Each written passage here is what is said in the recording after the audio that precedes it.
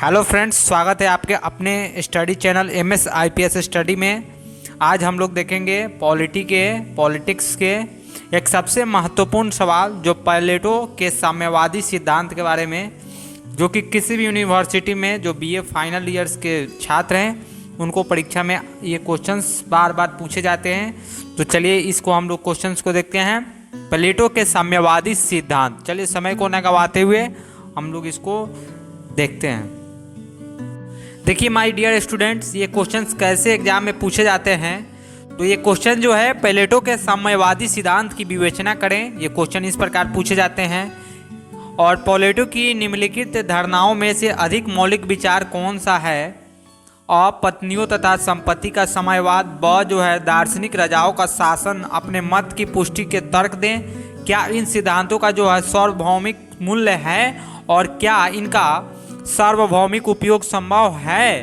प्लेटो के दार्शनिक जो शासक की धारणा का महत्व बतलाइए। ये क्वेश्चन इस प्रकार जो है एग्जाम में पूछा जाता है। चलिए अब हम लोग समय को न गंवाते हुए सिद्धांतों की जो है पूर्ण विवेचना करते हैं। देखिए माय डियर स्टूडेंट्स, इस प्रश्नोत्तर के जो पहले पाठक को साम्यवाद का अर्थ जान लेना होगा। साम्यवाद का अर्थ यह है कि साम्यवाद का अर्थ क्या है, सबसे पहले हमको इसके बारे में जानना है। प्रत्येक व्यक्ति का राज्य की संपत्ति पर समान अधिकार। अतः साम्यवाद कोई खास विचारधारा नहीं है मेरे प्यारे छात्रों, बल्कि यह एक प्रगतिशील और सामाजिक संगठन की आधारशिला है।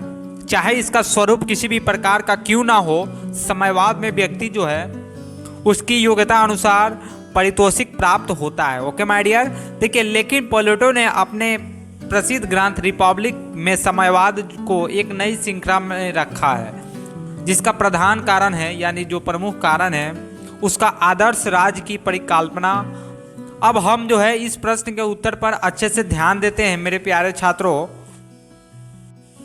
देखिए इतिहास के पृष्ठों से यह पता चलता है कि प्लेटो उपयुक्त दोनों सिद्धांतों में से कोई भी सिद्धांत मौलिक नहीं है। ऐसे देखा जाता है कि स्त्रियों और संपत्ति के सामूहिक स्वामित्व की प्रथा संसार में बहुत सारे देशों में प्लेटो के पहले भी प्रचलित थी। आधुनिक खोजों के आधार पर यह स्पष्ट है कि प्राचीन जो साम्यवादी युग में न तो किसी की अपनी संपत्ति थी और न पारिवारिक जीवन की भी व्यवस्था थी। देखिए लेकिन वह युग जो आखेट का युग था मेरे प्यारे छात्रों, कौन सा युग था? आखेट का युग था। लोगों का जीवन जंगली था। लोग शिकार या फल फूलों को खाकर अपनी जीवन जो है व्यतीत करते थे। लोग उस काल के समूह में तो ना रहा करते थे, परंतु उसका ना कोई पारिवारिक जीवन था और ना कोई चिरस्थायी वैवाहिक संबंध था। यूरोप में इस तरह की साम्यवादी व्यवस्था बहुत दिनों तक थी, जिसका अंत हुए अभी बहुत दिन नहीं हुआ।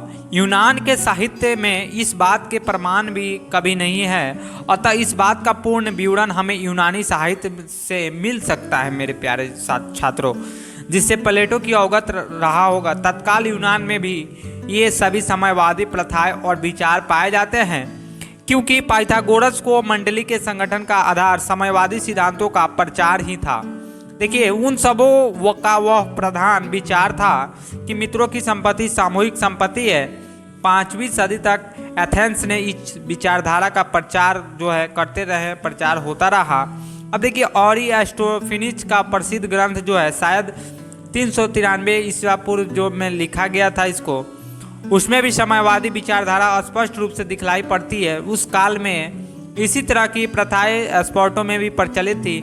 यह ठीक है कि संपत्ति के जो दृष्टिकोण से लोग जो है संगठित नहीं थे, लेकिन इतना तो सत्य है मेरे प्यारे छात्रों कि वे सब एक ही स्थान पर भोजन किया करते थे। अब देखिए माय डियर, स्पोर्टो में भी इस बात का प्रमाण मिलता है कि उस समय कोई भी व्यक्ति किसी के भी घर में भोजन कर सकता था, और यहाँ तक कि दूसरों की संपत्ति, घोड़े, कुत्ते और दासों का प्रयोग अपनी संपत्ति समझकर कर सकता था माय डियर।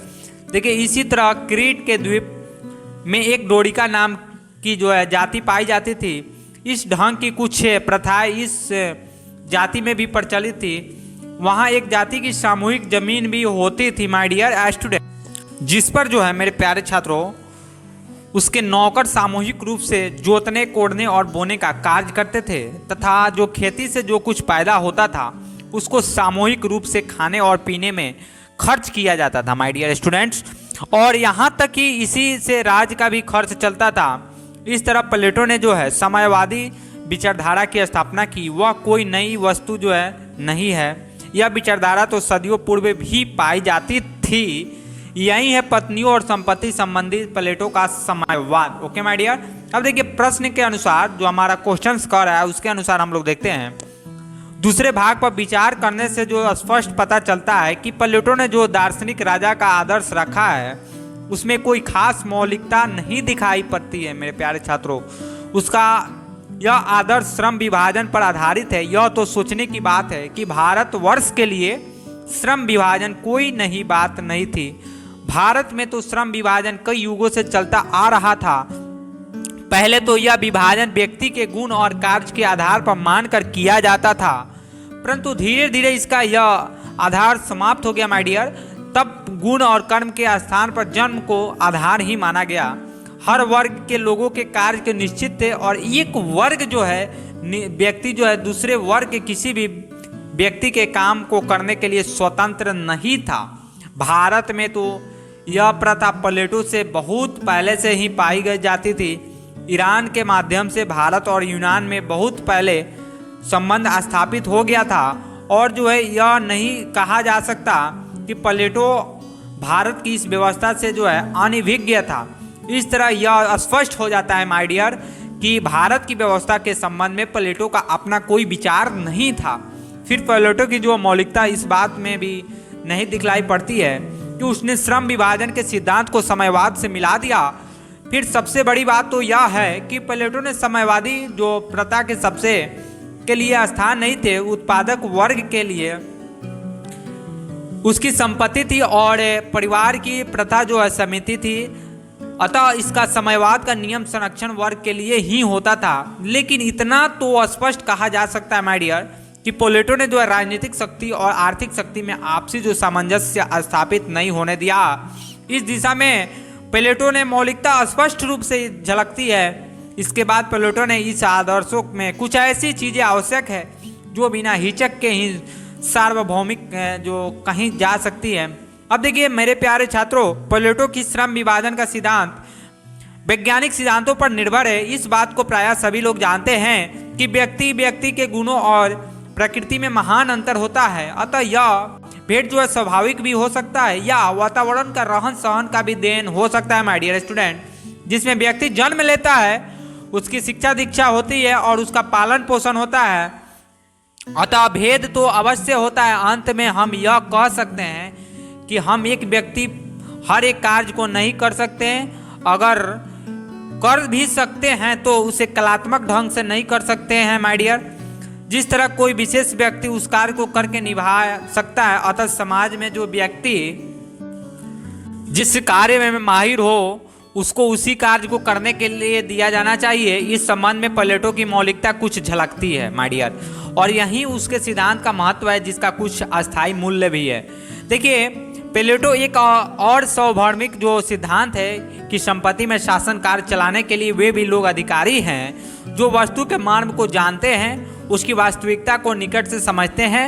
फिर प्लेटो का यह सिद्धांत है कि शासक वर्ग में पूर्ण रूपेण त्यागी होना चाहिए। उसको लोभ मोह क्षोभ और आसक्ति आदि अवगुणों से अलग रहना चाहिए।